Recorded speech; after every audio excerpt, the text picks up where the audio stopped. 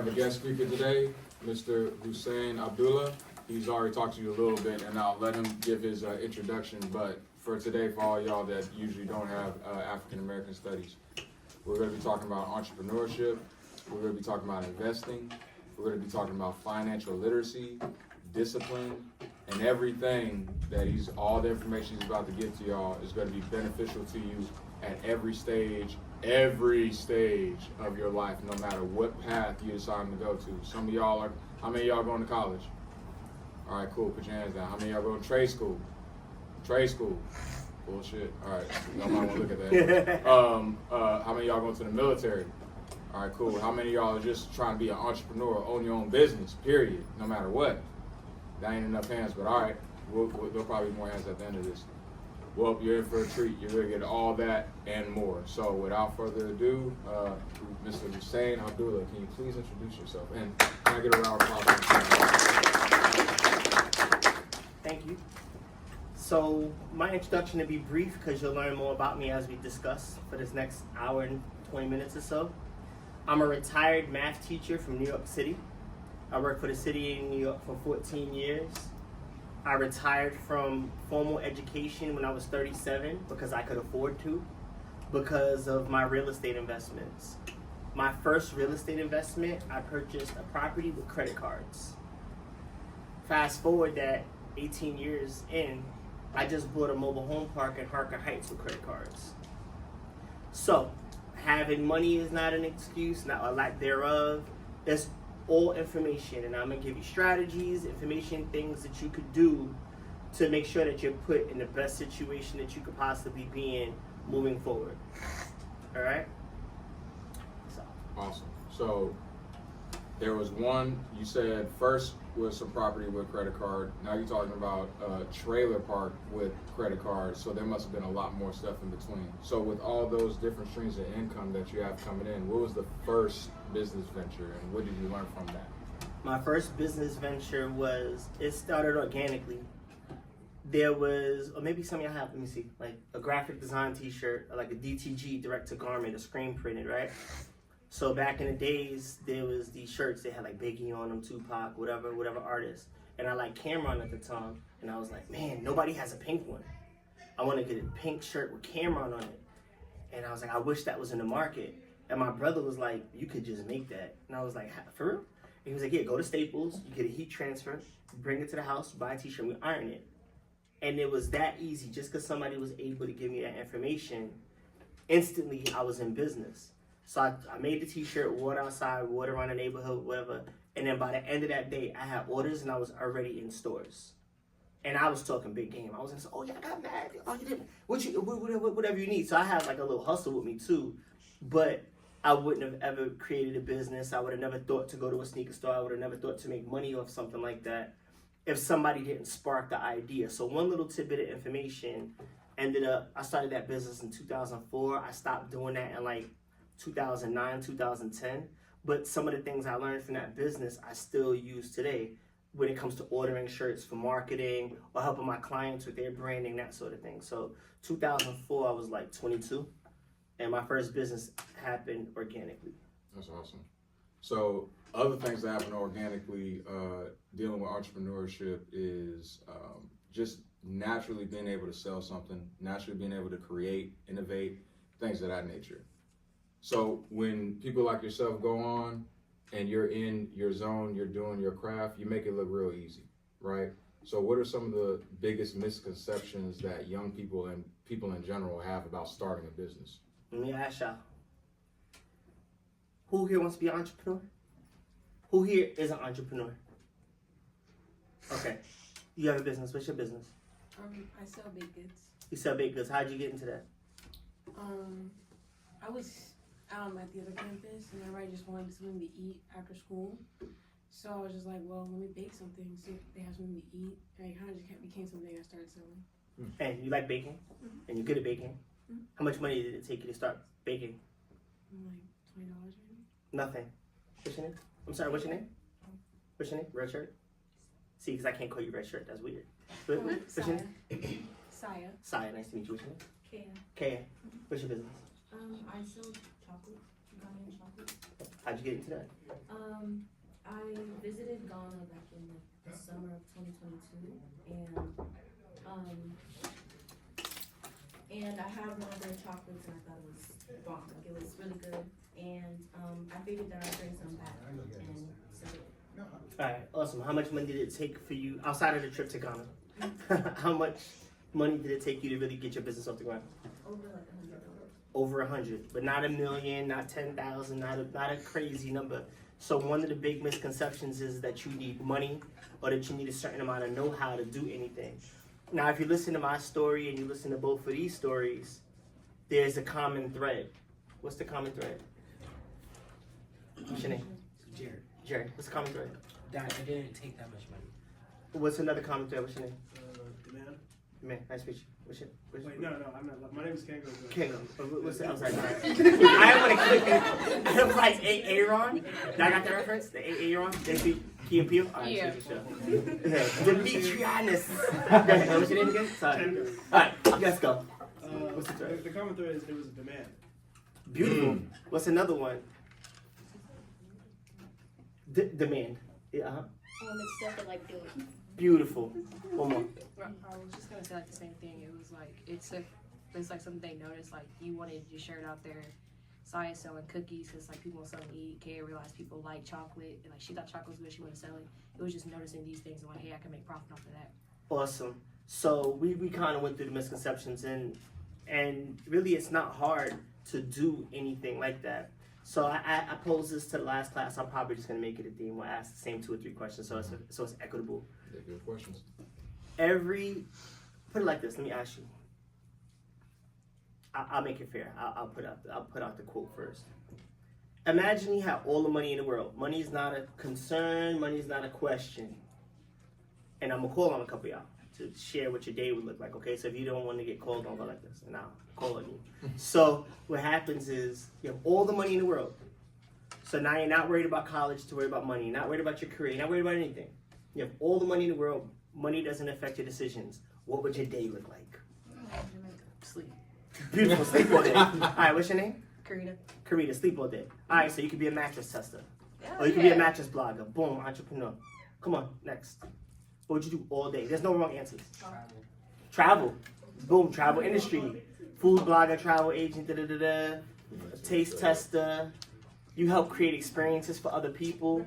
We just one of my clients owns Royal Caribbean, so go check out Royal Caribbean, right? Yeah. So we just went over there, and like my man Champ was like, man, I never had oxtails. You never had oxtails? Let's go for some oxtails. You see what I'm saying? And he was like, man, I just want to try oxtails. Yeah, oxtails crazy. You know. So what I'm saying is, if you find something that you're passionate about or something that you like to do, let's say you play video games or you play sports or you draw or you create. If you like doing what you're doing, sometimes people have to remind you to stop, right? If you want to go to college for accounting and you're not even good at math, but just because your mom told you that accountants make money, you're probably not going to be a good accountant or you're probably not going to be an accountant very long. But if you like travel and you go to whatever course and like that, you're going to do that all day. You're going to research, oh my God, I can't wait to see these mountains. And then you shoot that content, boom. You know what I'm saying? You have passive income because of YouTube or whatever. Does that make sense? Mm-hmm. So it's very easy for y'all to do all these things and make money because you got direct to market. Direct to market means there's no middleman. Mm-hmm. You put up YouTube content, boom, you're making money. I'm monetizing. All my stuff is going on YouTube right now. So, oh yeah, I will actually have to subscribe too. Fake it. Just like, because, you know, but anyway. So yeah, those are the misconceptions. And I'm going to keep asking y'all questions because I want y'all to talk too. Now, before we move forward, have you ever thought about a life without having to worry about money? Yes. Yes. Yeah? So why? That's why we here. Why we talking to you? All right. But like, have you ever like conceived? Like, I know, like, yeah, ideally, but normally it's the paper chase. It's how to get there.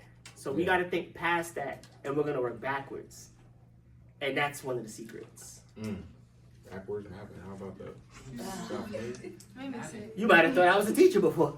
Y'all forgot. Yeah. All right. Sorry about that. All right. So when we're talking about that and talking about starting a business, now a lot of y'all are going to be different things. right? You're gonna make money based off of whatever you actually have a passion for that you went to school for. You're gonna make money off the military. You're gonna make money starting your own business, this, that, and the third. But right now, a lot of them don't have a lot of money.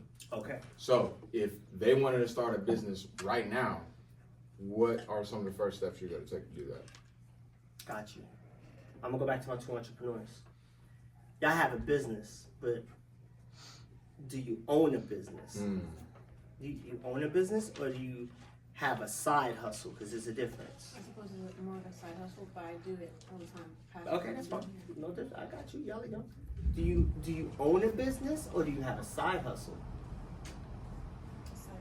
Why did you say side hustle? You look like you thought really hard about that. Because when you own a business, you invest in it and you like take part in it. So I guess like the way I thought you were going with that is like, say if you have, like if you own a part of a company, that's a business and you own a part of it. But I feel like in the sense that I have a side hustle is because I haven't not monetized, but I haven't like made a name for myself outside of like the general community. I like that answer. I'm going a different direction. I'm gonna look this way now. All right. So the difference between a side hustle and a business is literally just a piece of paper called it's called a CP 575 form where you have an EIN. Everybody has a social. You know you have a social, right? But when you create a business, your business's social is called an EIN. So now. Don't mean social security number, because some of y'all thinking about Instagram and stuff. I'm talking about that Yeah. social. So when you want to officially become a business owner, create a business, you all live in the state of Texas. So you go on a Secretary of State website and you say, I want to open the best cookies in Killeen.com or whatever it is, like whatever, right? And then you give them a name, they approve the name, and now you have a state registration number. Now you're allowed to sell in the state of Texas. Then you take that number to the federal government website and you create an EIN. Now you have a federal number, which means now you can open up a bank account. Now that business has to pay taxes and all these things. Once you get an EIN, you are a business owner. Until you have your paperwork, you're the one making the money, you're the one making the money. And there's benefits to having a business. Champ, what we just did for lunch? We had a business lunch. Who paid for it? Who do you think paid for it? Not me. My business paid for it, right? So let's say I make $1,000 today, right? Let's say I make $1,000 today. All of y'all work. You get a check, you make $1,000. Do you get your whole $1,000? No, Uncle Sam takes it. I have a business. When I get my $1,000, I get my whole $1,000. And then I get to spend money. And then when I spend my money, whatever's left over, I pay taxes on that. Do y'all eat? Yes. Do you drive cars? Do you have cell phones? Do you use Wi-Fi? Do you sleep in a place with walls in the ceiling? Right? Do you read books? Do you have laptops? Well, you go to work, Uncle Sam takes their money first, and you have to pay for all of those things.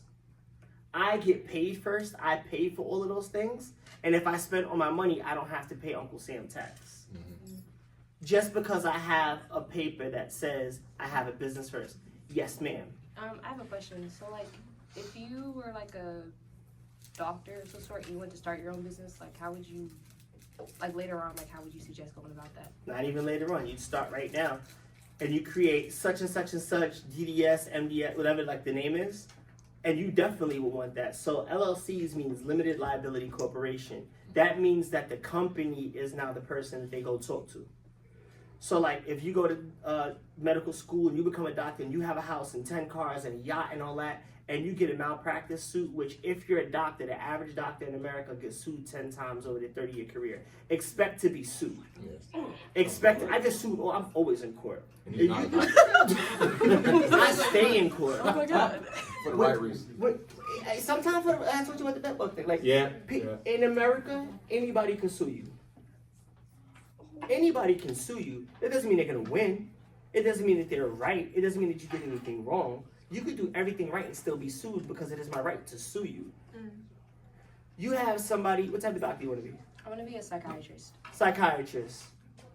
I think you should do ABC, and the person goes home and does DEF, and that person dies, and their wife, husband comes back and says, well, he did DEF, it's your fault. And you said, no, I told him ABC. No, DEF, I'm suing. Now you have to go to court and prove that you said ABC.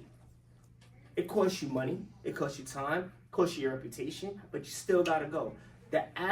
In America, the way to get paid is, fast and easy. Lawsuits. Google it.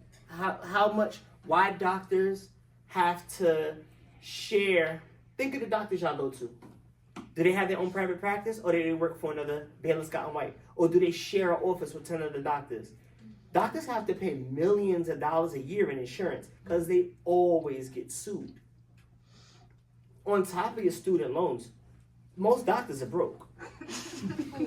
Straight up. Like, you could make $500,000 a year and be broke. Allen Iverson made $30 million. He was making $20 million a year, $200 million career. He was broke before he was 35. Mike Tyson went through $500 million in the 80s. That's like $2 billion now. He went through that in like 5 years. That's why he fought this last time. Yeah, he just made it quick. He needed the money. You know what I'm saying? So, like, don't get it twisted. Like, there's a difference between making $500,000 a year and keeping $500,000 a year. He had to step out, don't worry about it, he'll be all right. Like, you know what I'm saying? Like, there's a difference. I know people that make that kind of money in a check to check. And we'll get to the discipline and stuff later, but thank you. That's a great question. So we could go around the room a little bit and talk about what you want to be. We'll do another question maybe, and we'll do that. Because I feel like I changed somebody's life. That young lady in the front, yeah. I feel like I changed her life. We'll see. I feel like there's going to be a lot more life change. Does anybody have any questions right now before I go to this next question? You can ask away, though. Go ahead. Ask your question. We're here for you. So, like, I was, like, talking with my dad, and he was like, you should open your own, like, practice, like, my own office of being a psychiatrist and, like, have people work under me. But it's, like, I don't know about that, like, about how that would work. Because, like, really my plan right now is, like, I'll go through the military, get my degree, and I'll just work under, like, a hospital. But, like, I like the idea of owning my own business, and, like, I work as a psychiatrist for myself and not under a hospital stay. All right, so does anybody know the number one earning career path or profession that you could have? You can guess, come on. Yeah, dollar. A criminal lawyer? Oh, that's you're very specific. Okay, criminal lawyer, so lawyer. What else? Plumber. Okay, what else? Plumbers make a lot of money. Doctor. Okay. Doctor. 2 more. Neurologist? Cardiologist? Engineer. Good. Those are all good. And you keep saying doctor, so I'll give you the answer. The highest paying profession is a business owner. Think of the 10 richest people you could think of. Bill Gates, Elon Musk, Steve Jobs, SPGs, Mark Zuckerberg. Robert F. Smith. Had to throw a black one in there. Yeah. Black billionaire. You could say Oprah. Yeah, and I was doing it like based off of how you getting it, straight up finance, not even entertainment. No, But either way, yeah. I mean, I could name. I mean, Warren Buffett made all his money on stock. Absolutely. Like, I could name all these billionaires. They're business owners. After that, it's all ologies, doctors, cardiologists or cardiology. All doctors is like the next 3 or 4. Then you have trades, electricians, plumbers, and then you go down like that. Lawyers are in there, but nobody makes more money than a business owner. So yeah, open your private practice. And you're not supposed to know all these things at 18. But you'll learn more as you go through, because they'll tell you like what paperwork you need, certifications. But to create a business, you could do that by next week. It's $300 in the state of Texas to create a business. It's very easy. It's 3 steps. You need that phone number. I'll give you that phone number because y'all high school students. I give you that for free. All right, so regardless if we're waiting, like Karina's going to do, probably open her own practice when she's in the 30s or whatever that age is, or if they're starting a business right now, what are some key financial mistakes that people usually make before they start the business and during the business? 1, you're cheap with yourself. Here goes what I mean by that. I have people, I'll open my phone and I'll show you this. I had this guy who paid me as a client 5 years ago. Back then I was only taking like $500 for coaching. and he was a soldier. We started for a month, and then I guess he got bored. Never talked to me for 5 years. Actually, he did after the first month. He goes, "I want my money back. This is a waste of my time." I said, "Bro, you paid me for a year. I gave you all the connections, told you what to do, everything. So now, after you have that information, you think I'm just gonna give you your money back?" I was like, "Yeah, kick rocks." So 5 years goes by. He comes back. "Hey man, I want to use my VA. Can you help me? I feel like I wasted my money today." I was like, "You know what? Helping you with your VA is easy. I'm gonna connect you with the bank, and I'm gonna connect you with a realtor. I'm done. Now you're out of my hair. I did my job." "Well, I'm gonna buy a quadplex, because VA, you could buy up to 4 families with your VA. And we could talk about that specifically when we talk specifically about real estate. If I'm allowed to come back. And I want me to come back. I don't want me to come back. Then come back. Right? Yeah. Right? So, yeah, I help soldiers all day. I have a teen academy, too. Y'all more than welcome to come to that. And we do free workshops. You're more than welcome to come to that. Bring your parents, whatever. I make a lot of people a lot of money with this information. But anyway, I said, "Bro, now you talk about my time. You want me to vet your properties. You want me to do research. You want me to show you these things. You got to pay me for my time. Well, what am I paying you for that I can't get on YouTube?" And I was like, "Word." You know what I'm saying? I said, "Word. You should go on YouTube." I was like, "You can subscribe to my channel. It's a good one. And then let me know how it goes." 2 months later, "Man, I don't know how to do this." I said, "What happened to YouTube?" So, because he didn't want to spend $2,000, he wasted 5 years of his life.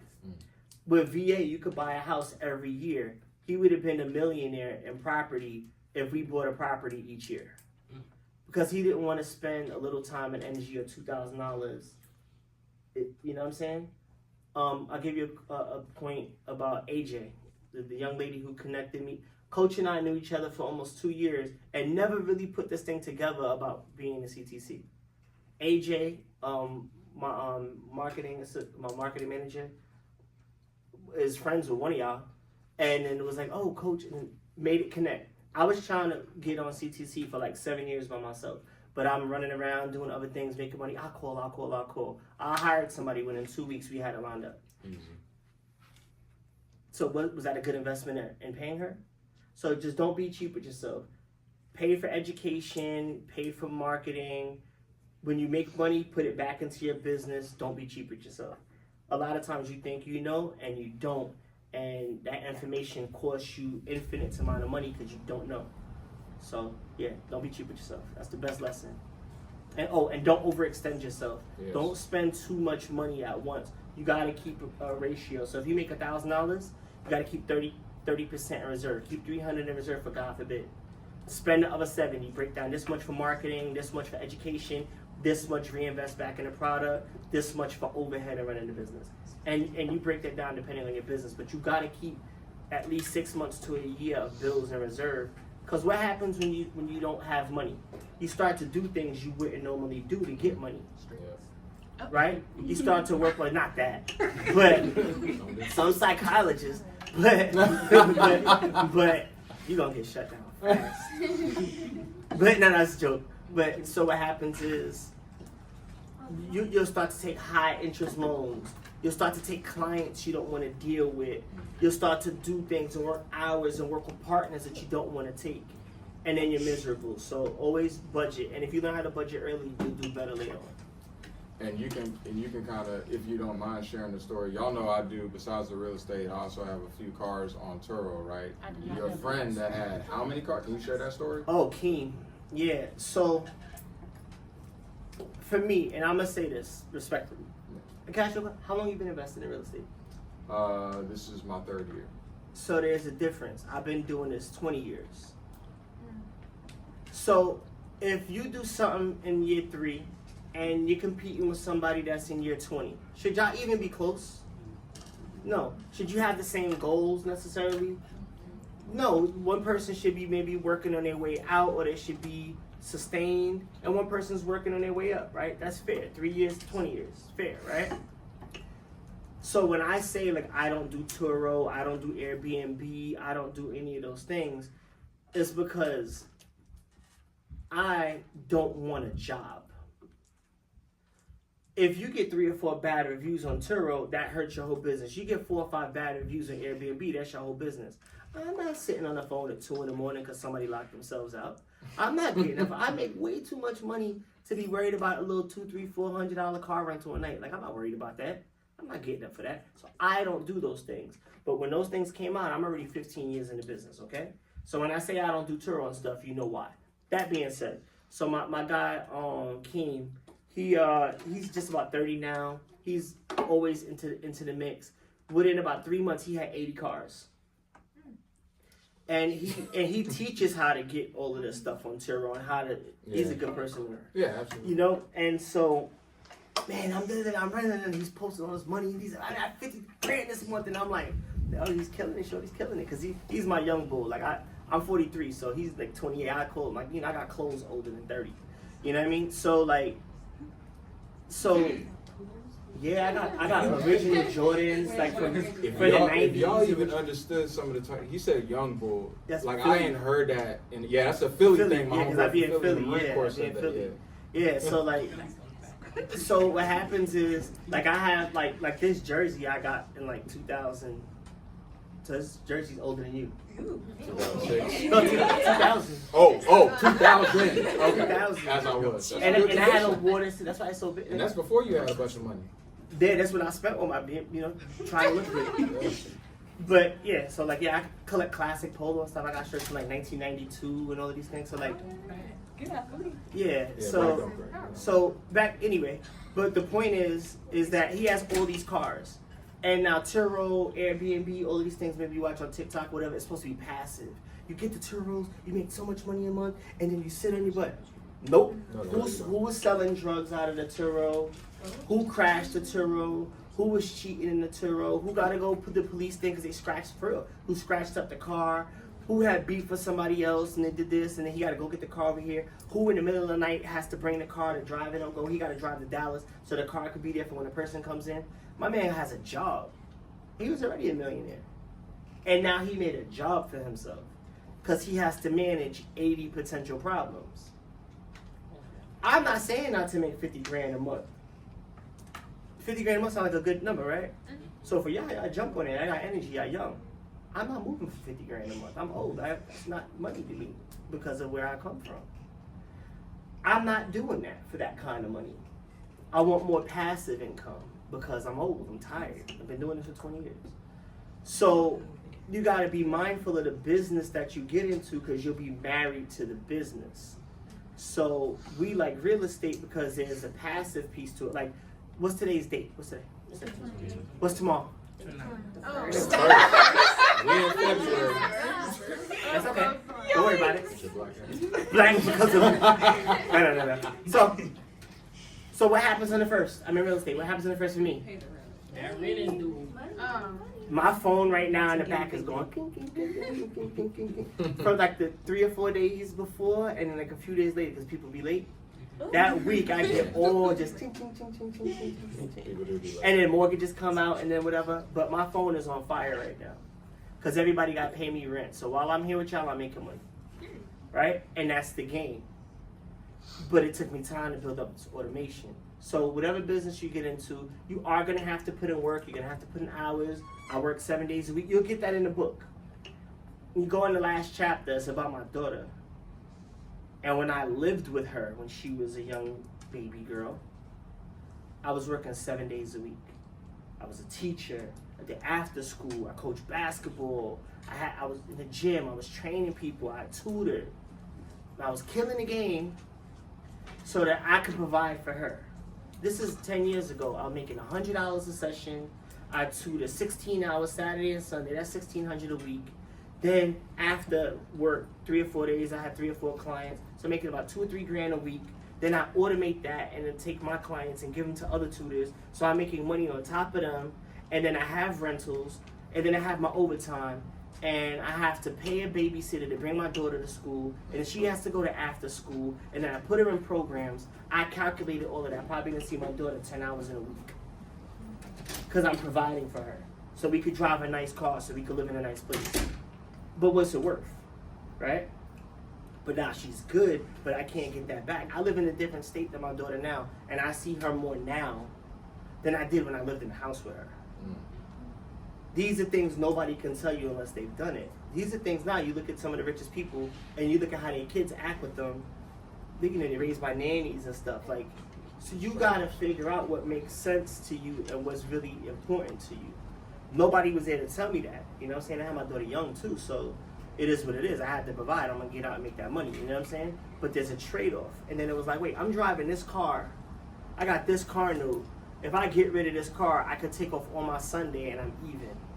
What was more important? And I did that. And then that's when I was like, I'm gonna retire. Cause how could I not be there? I'm a teacher. How could I be with these kids and not with my daughter? I never missed a first day of school for her. I always took her to school the first day. That was something I always did. And I made sure I did at least 1 or 2 field trips for her every year on the way up.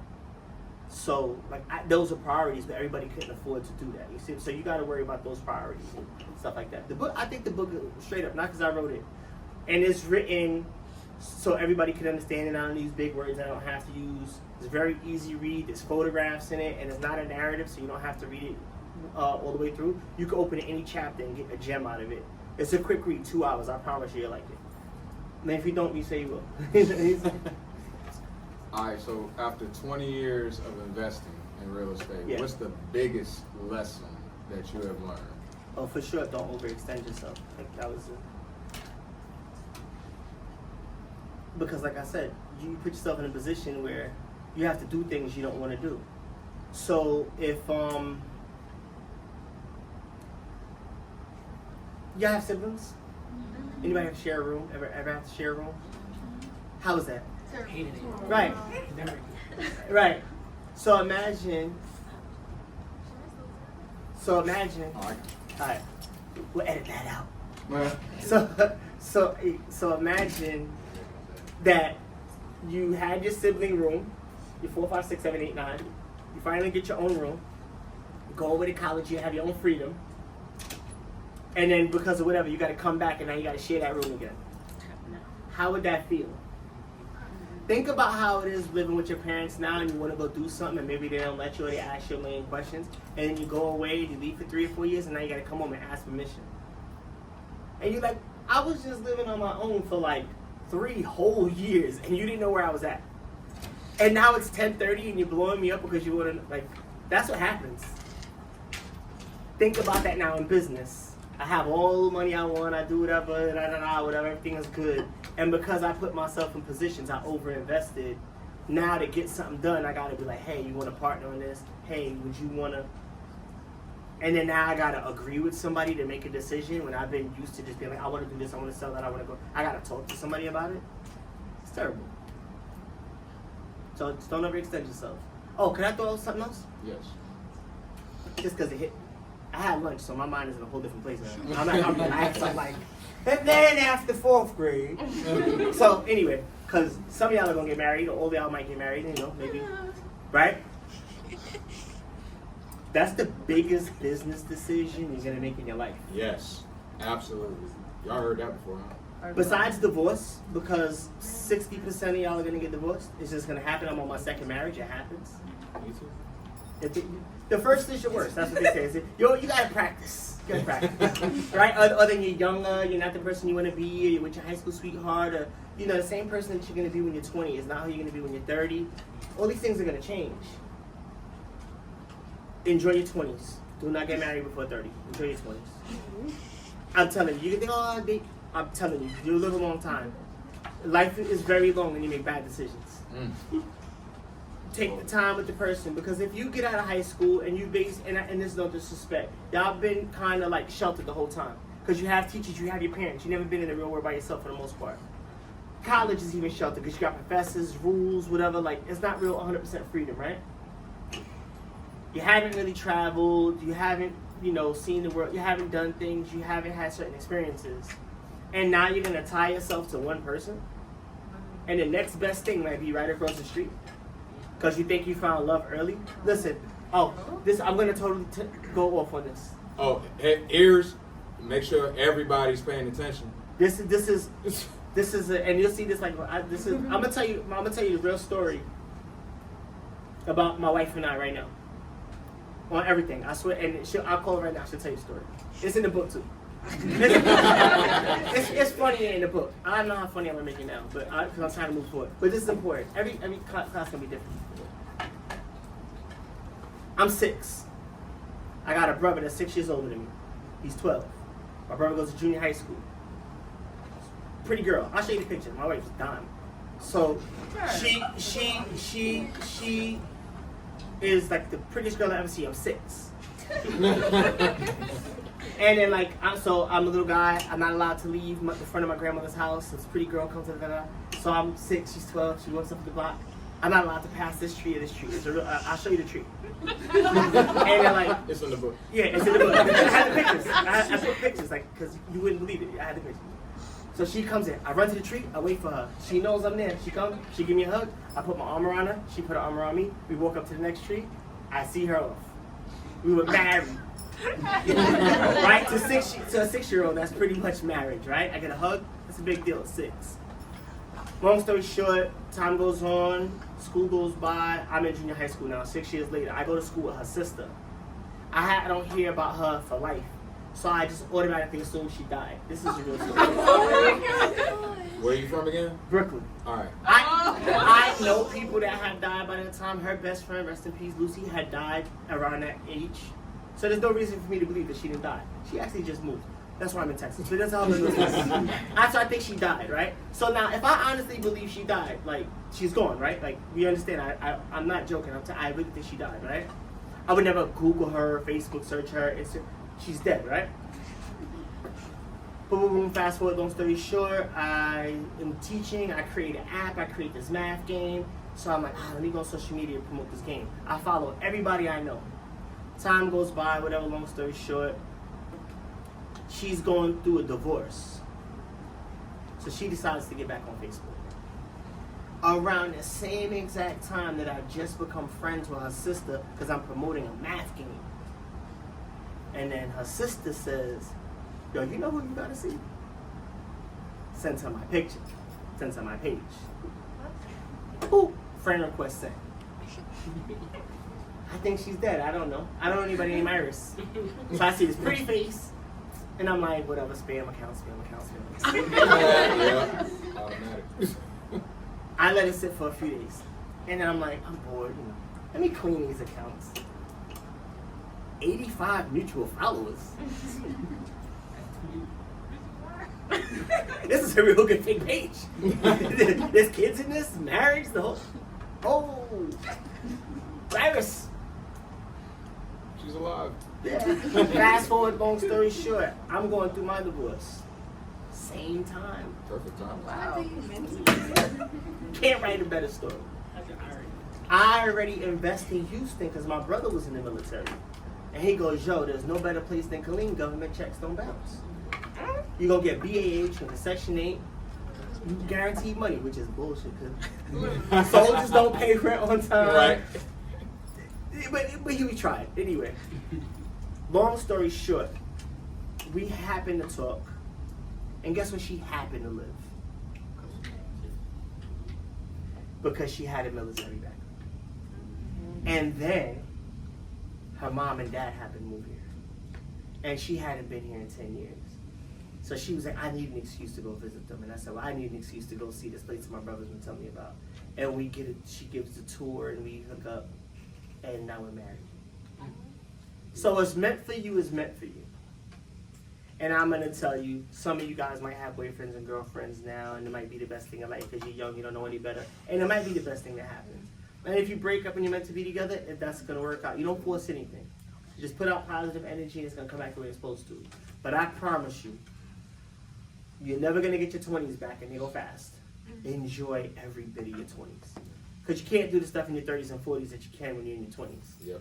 Have your fun then. And we'll talk about the money stuff later, but like, in terms of relationships and stuff, you have to find out who you are as a person Yes. before you can contribute to somebody else or have them contribute to you. My first marriage, she's great, but our values and our things, because she's an educator, I was an educator, so that made sense. But then when I wanted to do business, she wanted to stay in education, we grew apart. And plus there was a baby involved, so then, kind of, you feel me, the family thing was there, but it just, the relationship, it wasn't there. So you're too young to really make that kind of lifelong commitment. I'm not your parent, I'm not trying, but I'm just telling you, you'll thank me when you're 28, like, damn, I should have married, I hate you. That's how it goes. I'm telling you, I'm being honest with you, that's how it goes. It's a life sentence. But anyway, sorry, I had to get that one out. There's ways to get out of all contracts. I look Yes. at marriage like it is a business contract. It is definitely a business more or contract. less. I got a similar story. Y'all heard some of my You stories. lose half on the trade-in. Got a question? Yeah, you got a question? Go ahead. Is it better to invest when you're young, you don't have as much money, or is it better when you're older and you have more money? That's a great question. I'm gonna give you a quote. As much. That's a what's your name? Kennedy? Kennedy, nice to meet you. That's a great question. I'm gonna give you a quote that I'm living by this whole year. Y'all don't have to write it down, it's on Instagram. It's in the book, But too. you can't write it down. Oh, I wish. Yeah, I wish. So, in order to get rich, you have to take big risks with small amounts of money. In order to stay rich, you have to take small risks with large amounts of money. That's good. So let's say I have $10 million in the bank, right? And I make 5% on that. I'm gonna see who's good at math in here. What's 5%? What's 5% of 10 million? Or what's 5% of 100? 5%. That was an easy. That's a 100. If I have $100, what's 5% of that? You know, it's my now. That's 20%, but it's the reverse. It's $5. It's 5%. The future of America. Early college. Early college. Raise your hand if you have college classes right now. Not too much. All right, I'm gonna give you guys a math trick, okay? The answer's always in the question, okay? So percent. Per means for every, and cent. How many years in a century? Wait, am I right? How many cents in a dollar? Okay, so how many cents in a cent? How many years in a century? Cent, C-E-N-T means 100. You will if you pay attention. I'm trying. Yeah. Century means 100. Bicentennial, two bicentennial 200s. There are 100 cents in a dollar, centimeters. The C-E-N-T means 100. Milli means 1,000. Millennium, million means 1,000 thousands. Right? You need to know these. This will make your math career way easier, right? Percent. So if what we're talking about is 100, the cent, that tells you how many, right? So if I say, what's 5% of 100, you know you have 100, right? That's the unit. So for every $100 you have 5. Because it's 5 per 100. So if I have 200 and I want 5%, how many hundreds do we have? 2. And we want 5 of them, 5% of that. So 5 times 2. 10. So 5% of 200 is 10. But if I have 300s and I want 5%, I take 5 3 times 15. So 5% of 300 is 15. Are you getting it? If I have 500, you knew I was going to ask. If I have 500 and I want 5%, I take what and multiply it by what? Take the 5. And I have 25, Yeah, right? you did. Beautiful, I got you. Wait. It's a group project, yeah. I was wondering, because you were talking, like, why does this feel like a lecture? I said, he said he was a math teacher. Exactly. They keep pulling me back in, right? So $10 million, 5% of that. Just imagine it's 100, so 5. So you move the decimal over 2 places. So I make $500,000. With $10 million just sitting in a bank account collecting 5%, I don't have to get up, I don't have to do anything. I make $500,000 a year, which is $42,000 a month, sitting on my butt because I have $10 million in the bank. Why would I take a risk? 500 G's a year? The whole class probably doesn't make $500,000 combined. Okay. You're young. But now you got to get to the 10 mil. So you can't just live on 5%. Because if you have $1,000 in the bank, what's 5% of that? Just cut off the 0 and do the 5. Come on. Thank you. See? And you said you didn't get it. I'm the best math. Anyway. So what could you do with $50? Yeah, I just paid lunch for $70. Invest. That's a good answer, but you can't do but so much with $50. You can't do but so much with 100, right? But with 10 million, the same investment makes a big difference because it's a lot more money, right? So to answer your question, you're gonna have to take risk. You're gonna have to take calculated risk. You're gonna have to invest early. We'll do the calculated trick for them later. Yeah. Remind me to do the calculated trick later. Beautiful. What else we got? That was it? All right, cool. So we can go to the next. So let's get back to real estate. So we've talked, so we already know all the different things you do, but everybody's heard of flipping homes, right? So you got house flips that you've done, the bird strategy, if you want to kind of go over that a little bit, buying properties using credit cards. So if they're starting off, no matter if they're starting off after they have their career or they're starting off right now, what are some of the strategies that they can use to get into the real estate game, even if they don't have a lot of money? All right, awesome. So I bought my first property. Oh, and if you open the book, maybe we'll show a couple pictures. It's a joke. Come on. You laughed. It's your fault. Stop laughing. No, don't stop laughing. It's on the camera. So, I actually started my real estate career with $2,500 of my own money, and I said I bought properties with credit cards. I took out $40,000 worth of credit cards. Was that $40,000 mine? No, it's OPM, other people's money. When you get a mortgage on a house, is it your money? No, it's a bank's money, and then you pay it back, right? So it's something called leverage. You guys got to learn how to use leverage to get what you want now, all right? So if you don't have a lot of money now, there's a few ways you could do it. There's an official thing called syndication. But basically what that means is you are just putting money together, and then with that money, you could do things you couldn't do by yourself. I'm gonna give you an example. If I told anybody in this room right now, I'll give you $1 million tonight, if you could give me $50,000 by 5 o'clock. Who could give me $50,000 tonight? We'll find a way. How would you do it? Wait. Beg everybody. No, I mean like legit. Like, you have $50,000 to send me right now? Okay, well then she get $1 million. Who else would be able to do that?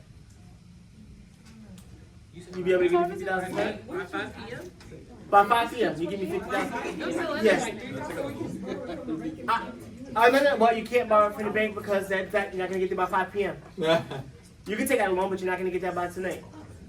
She has it in her account. Yeah, 50,000 takes. Be her friend. That's you want to know who to marry. No. So, right? So one person could do this, right? Only one person in the class could give me $50,000 tonight to make $1 million. Now imagine, right? So now I'm gonna break it down. I'm gonna explain syndication. I'm gonna do a different strategy each class, and if they want to watch all of them, they have to watch all of the videos, right? So you don't have to like give me your bank account. I'm just asking you questions just so you can kind of get my point, okay? Everybody said they work for the most part, right? There's 30 of y'all in here, give or take, okay? We know you got 50. Who could get me $100 tonight? Who could get me $500 tonight? Who could get me $1,000 tonight? Okay, who could give me $2,000 tonight? Okay, no, but watch. But now, if you gave me $49,000, do you get any money? Gotta get to 50. But what's your name one more time? Nobody said they would call Adriana. She just told you she had the money. So how could you not think that you could get it? So now, let's say I said it was 75,000. You got 75,000? Good. So you need 75,000 to get it. Now Adriana can't do it by herself, but y'all could come up with the 25. And now Adriana could say, "Listen, I want half the money." How much did y'all get without Adriana? Nothing. But you make 20 times on your money if you work with Adriana. So do you care if she takes half? No. Because you just turn your 100 into 2,000, your 2,000 into 40,000. That's syndication. You pool your money together so that you could benefit from something that you couldn't do by yourself. That's how I started buying more and more properties. When I started telling people how much money I was making in Texas compared to New York, they couldn't get access. And I was boots on the ground and they trusted me. So I was doing all the heavy lifting. They were the one providing the money. I was finding the deals, and I was doing 50-50 splits with everybody.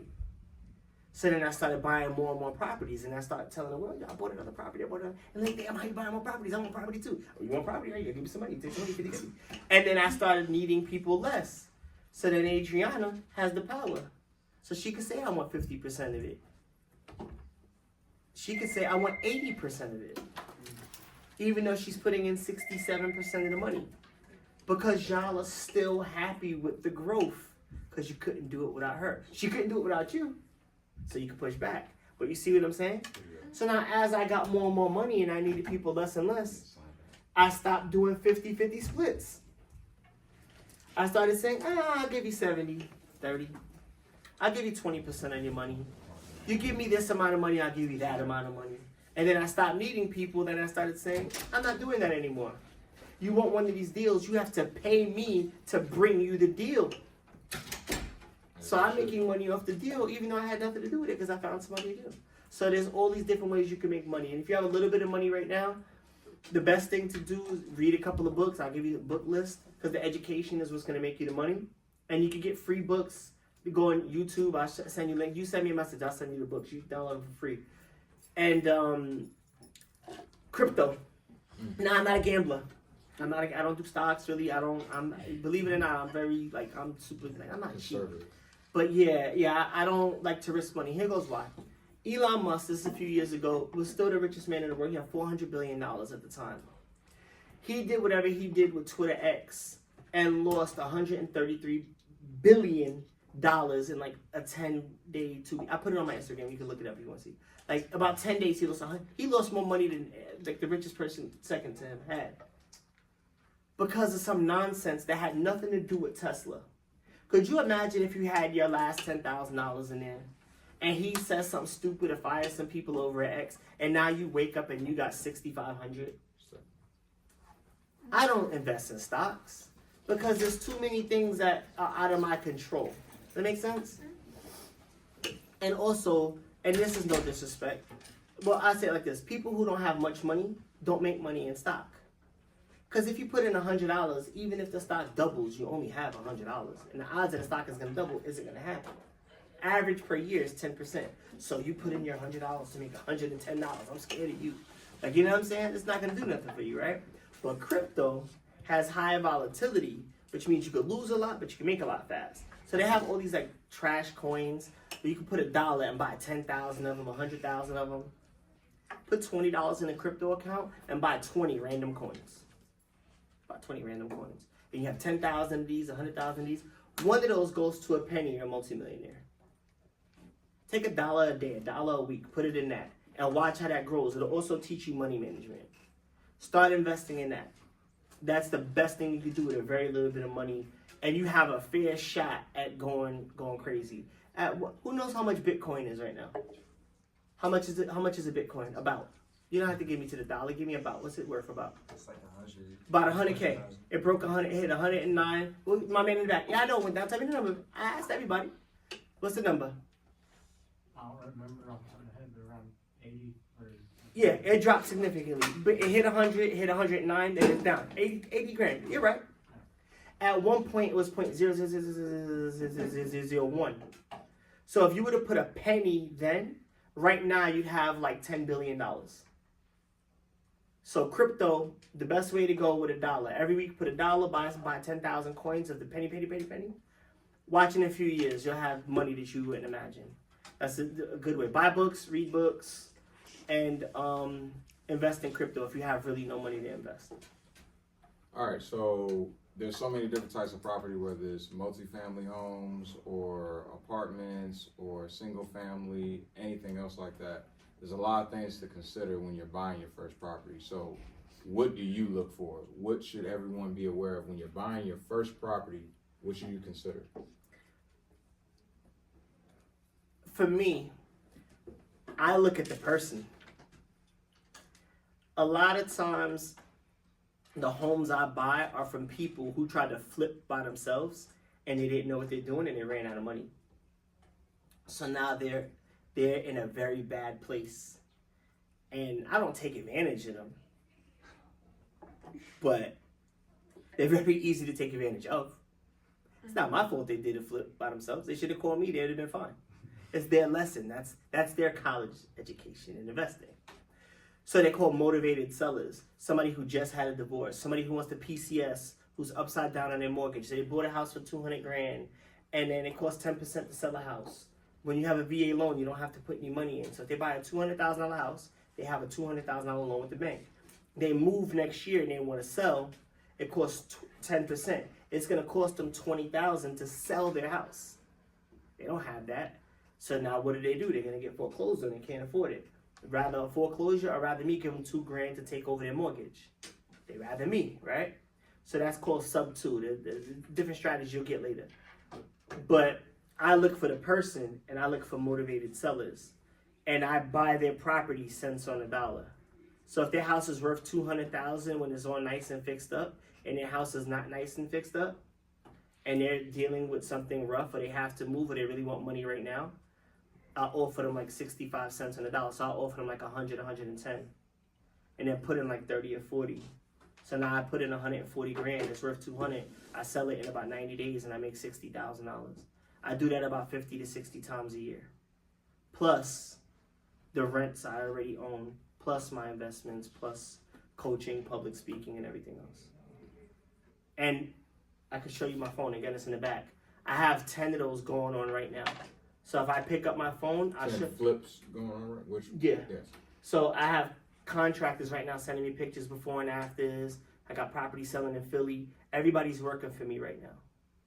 So I could be asleep. I could be anywhere, and I'm making that money, and I could show you those text messages. We're real to, hey, this needs to get done. Send a contract, and I got my property management that handles that. So I could be here chilling with y'all. But that took time to build up. So I look for that, and I look for distressed properties because that's where you make your money. Last thing, you buy a brand new pair of sneakers. Let's say that they're not, or whatever, cars, whatever it is. You buy something brand new retail. Unless it's something really specific, you can't make money if you bought it at retail, right? If you bought an iPhone for $1,500, can you sell it for $2,000? No, because somebody else could just buy a new one for $1,500, right? But if you bought an iPhone for $500, could you sell it for $1,000? Yeah. Because there's a markup. So you find somebody who's going through something, you get that, is room. So distress means it's beat up, there's room for growth. So I don't buy anything retail. So that's what you want to look for. You want to look for, I'll give you an example. Something called wholesale real estate. Let's say you drive around your neighborhood, right? And you notice your next door neighbor, their roof is a little messed up. Their grass is really tall. The paint is chipping. The siding looks rotten. That looks like they can't afford to keep up their house, right? You call me and you say, hey, Hussain, I live at 123 Main Street, 125 Main Street. Their house looks pretty beat up. We skip trace their name and their address. And we call them and say, hey, like, you know how's things going? Would you like some cash for your house? Maybe you start over? And they say yes. And depending on what we make, you get that cash. I'll give somebody $10,000 for that phone call. It's very easy to do. That's what wholesale real estate is. It's called driving for dollars. You drive around and you look, and then you find motivated people, elderly people, because they had a long time to pay off their mortgage, so they have a lot of equity. People who haven't paid their taxes because they probably have money problems. There's all these different strategies you can find. And a lot of people, especially in the military town, unfortunately, the average soldier, you ever seen like memes? It's like you get the scat pack and then you get married. And there's like things that all young soldiers do. They get married, they buy a car that they can't afford, they get a house, and then there's one other thing, I forgot what it is, but it's probably something stupid too. Because you're young with money for the first time and the government will give you everything. Absolutely. And then 2 years later, they get divorced, they have to sell their house, they're in a bad spot. This is the place that's always going to have it. It's always going to be money here because there's always going to be people who need to leave. You're always going to make money at wholesale in a place like Killeen. And then there's military places all over America, and we're all over America because we know how the military game works. So I want to be doing 500 of these a year. Yes. All right, we only got 10 minutes left. Man, there's so many questions. That went so fast. Yeah, we only did 1, 2, 3, 4. Can I do 5. the number thing?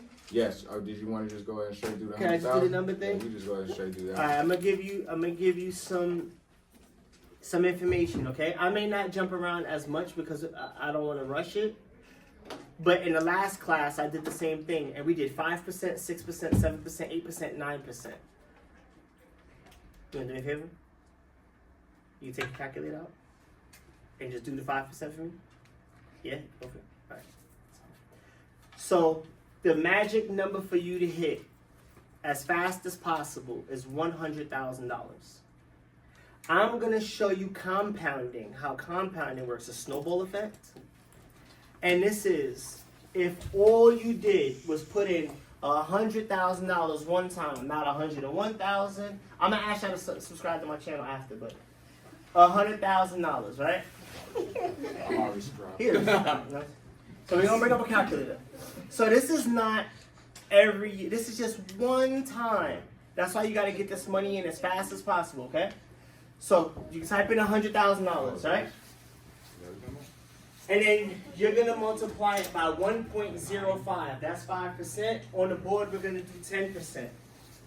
And before we go, if I ask y'all, 10% of 100 is what? 10. So in 10 years, you'd have how much? 10 times 10. How much would you have? 100 or 200 altogether. Okay, so in 20 years, 10 times 20, you'd have how much altogether? 200 profit, 300 altogether, right? 30 years, you think that you'd have 300 profit, 400 altogether, right? I'm going to show you how compounding works. Remember, $100,000 one time. And you're allowed to invest the whole way up to retirement. But this is just if you only had $100,000 one time, you did nothing else, and you got interest on it, okay?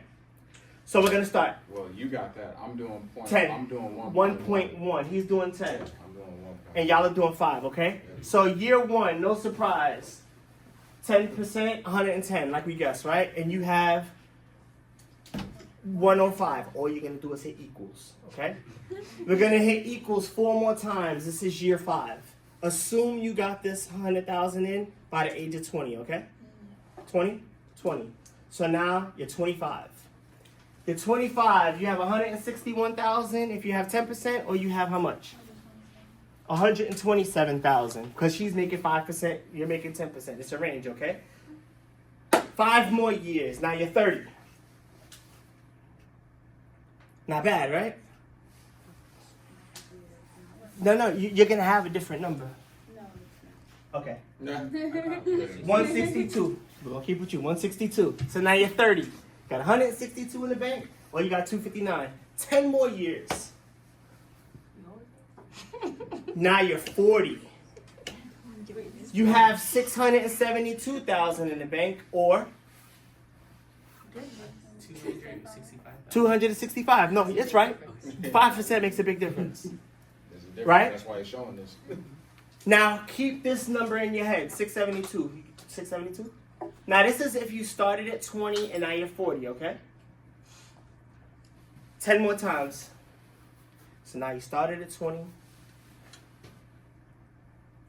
$1.74 million. But what if you didn't start at 20? What if you started at 30? You'd only have how much? 672,000. But what's your name? Esperanza is a millionaire. Because she started 10 years early. And you only put in 100 grand. This is not putting in money ever again after 100 G's. I still put money into my retirement. I'm way past 100,000 in my retirement. But I want even more. 10 more.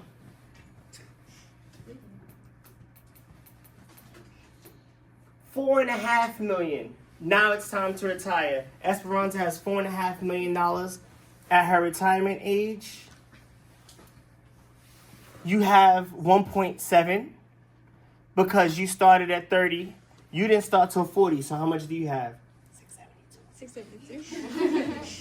You have 10 times more money than her. What's your name? Lizzie. Than Lizzie. Because you started 20 years earlier with the same amount of money. She'd have to put in 5 or 10 times more money, which you're not allowed to because there's a cap on what you could put in your retirement. And you're still young. Y'all supposed to live till like 80. When you take this money, it's not like you get you 60 and you take out $4.5 million. You take out what you need to live.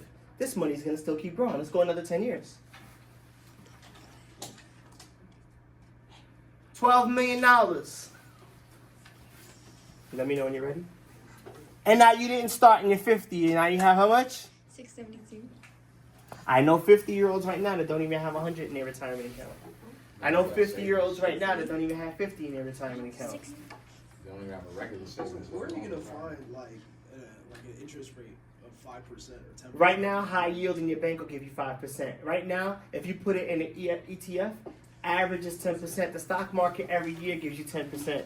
You open up a retirement account right now at 18. You start putting money in. You put all your money in the index, like the S&P 500. You're guaranteed to make 10% every year over the length of time. Yes. High yield. You go to any one of y'all have a bank account, go on their website and type in Chase, high yield, Bank of America, high yield, Navy Fed, high yield. And you just put in 4 or 5%, they're gonna give you guaranteed. Just sit your money in there. You can get that 5% to 10% right now, guaranteed. So before we go, because I know we don't have much time, No, we got like 2-3 minutes. I'm gonna ask y'all a favor. You got me? All my social media is HAHOMES US. If you want to ask me a question, you want to talk to me, you want to do something, you can follow me on Instagram. You ask me a question, I respond. I'm going to ask y'all all to subscribe. I'm not asking y'all for no money. I'm just saying hit the subscribe button. You don't want the notifications, turn the bell off. Like, do me a favor. Subscribe. Everybody, take out your phone now. Unless you don't want to do it. And if you don't want to do it, don't. But if you want to do it, take out your phone now, hit the subscribe button. There's a bunch of information. I'm going to give you a bunch of free ways to make money. I have free classes, all of that. I have a summer institute for teens. I'll show you how to make a bunch of money. And there's a bunch of stuff we talked about in the first class that we didn't talk about here. Yeah. Every class we're going to talk about different things. So there's going to be 6 sessions with just y'all, hundreds of questions. This is a college degree on everything if you watch these 6 classes. And one last thing, because I want to save lives. Absolutely. There was a young lady who said she wants to go to school to be a nurse. She's going to go to UT.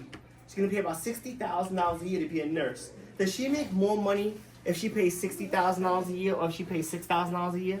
Do they give her more money in her nursing check? No. So if you don't know what you want to do not go to school next year. Take a year off. If you are going to do a job that is not determined by specialty, like it's a salary, like you're going to be a teacher, a lawyer, a nurse, or something like that, go to CTC, save yourself all this money, and don't graduate with college debt. $100,000 college debt is $1,100 a month. You could work in Walmart for 5 years, and you go to school, you're going to graduate with $150,000 in debt. The person in Walmart's going to have 5 years of work experience, probably be a manager, and be way better off than you. 250,000 Americans have 4-year degrees or 2-year degrees, and they're cashiers. College ain't the answer. I have 3 diplomas. I'll tell you, college ain't the answer. Now, if you want to be a doctor, you know what you want to do, go to school, hurry up. You don't know what you want to do, don't go to school. You're going to waste a lot of money. That's it. I'm done. We're on time, right? Awesome. And thank y'all for all y'all who did subscribe. I appreciate y'all. You want to take a picture? Yeah, who wants to take a picture? Y'all Not just come like up. a group. Class picture, class picture. Take a group picture. You're going to throw stuff after all we've been through? Not mine. Did you throw on somebody else's stuff? That's okay. Probably hear something.